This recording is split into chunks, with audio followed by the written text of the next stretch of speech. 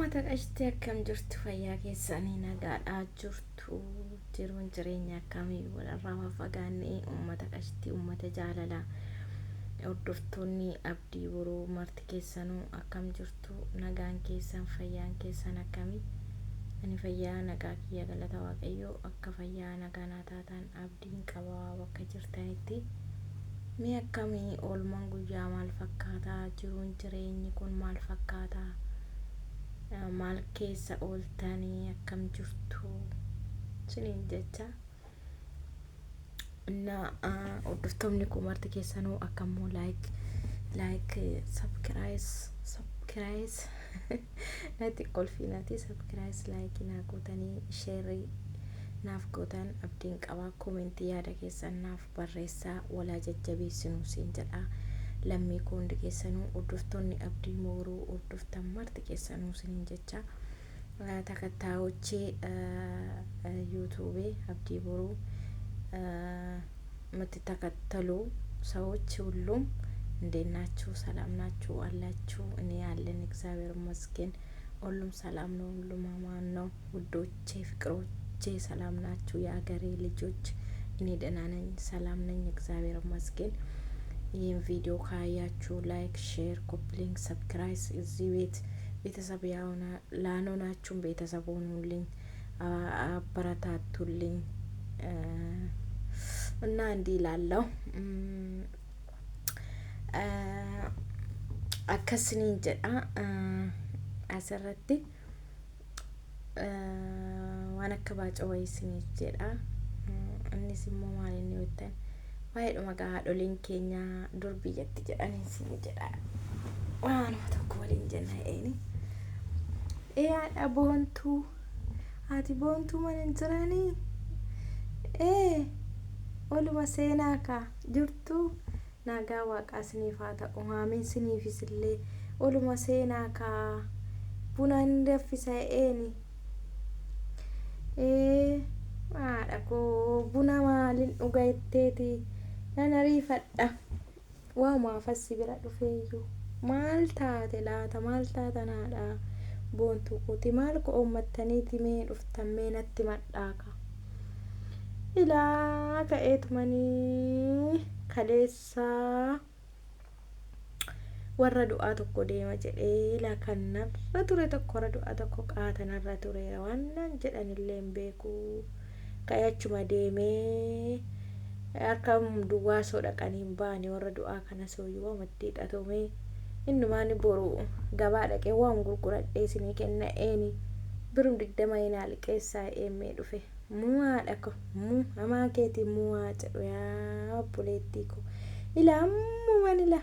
birriin 20 kan maarrabii kootti jirtaadha ko lamaarrabii koorraa eegee laammalaa buna tokko manaan qabu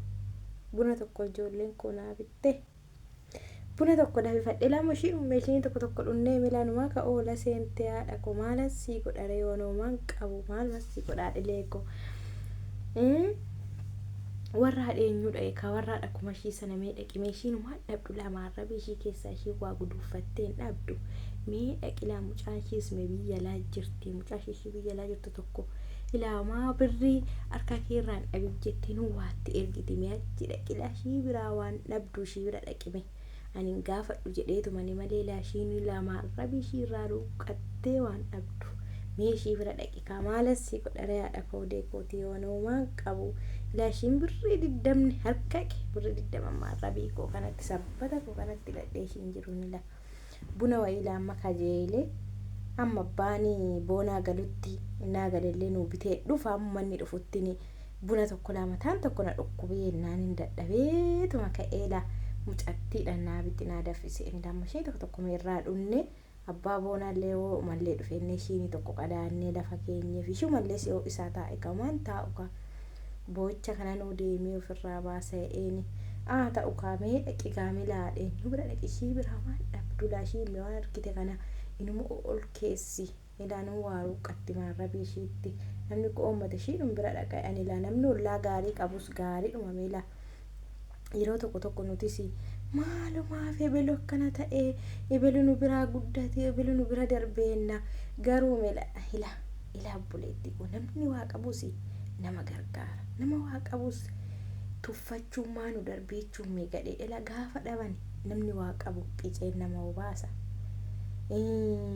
Waa qabu liqeessate idaa nama oolcha.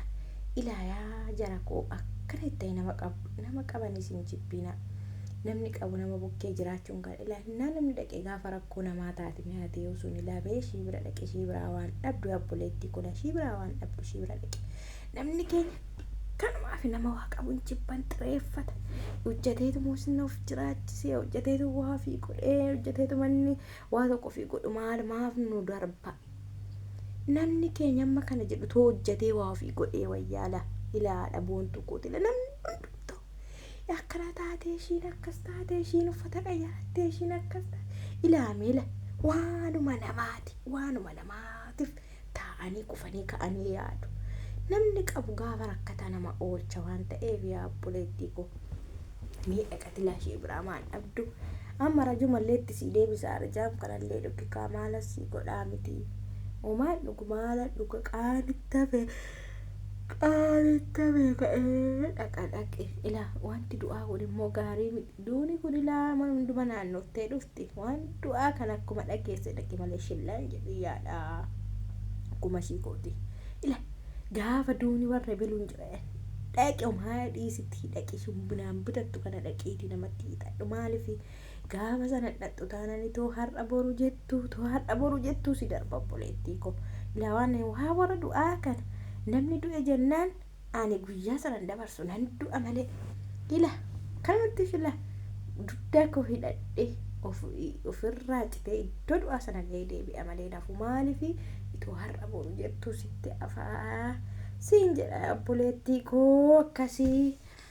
Egaa maatii abdii boruu kan hordoftan marti keessanuyyuu guyyaa gaarii hojii gaarii isiniif haa ta'u. Qimamoonni mana maadamee hundi keessan immoo laayikii sheerii naa godha na jajjabeessaa na bukkee dhaabadhaa wal bukkee dhaabannaa siin jedha. Baay'ee siin jaaladha baay'ee siin kabaja hunda keessanuu oolmaa gaarii isiniif haa ta'u.